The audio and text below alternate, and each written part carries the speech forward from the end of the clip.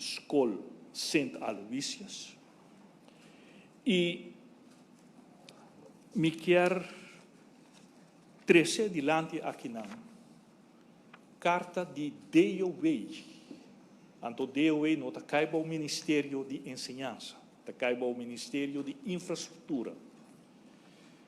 Onde já na 2018,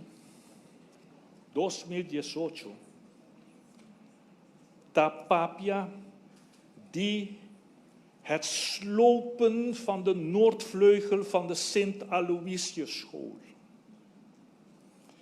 Het papia is verkeerd in een deplorabele toestand. Verschillende opnames, rapporten zijn opgemaakt. Die te refereren rapport die DOE 2004-2005. Er werd geadviseerd dat desbetreffende Noordvleugel in nood is van een grote onderhoudsbeurt en reparatie. Mijn dienst heeft een raming gemaakt die dato april 2018 voor een grote onderhoudsbeurt voor een bedrag van 1.300.000. Tevens heeft mijn dienst een calculatie uitgewerkt voor een complete nieuwe vleugel conform bestaande plattegrond voor een bedrag van 1.800.000. Dit betekent dat de renovatiekosten op 70% van de nieuwbouwkosten uitkomt.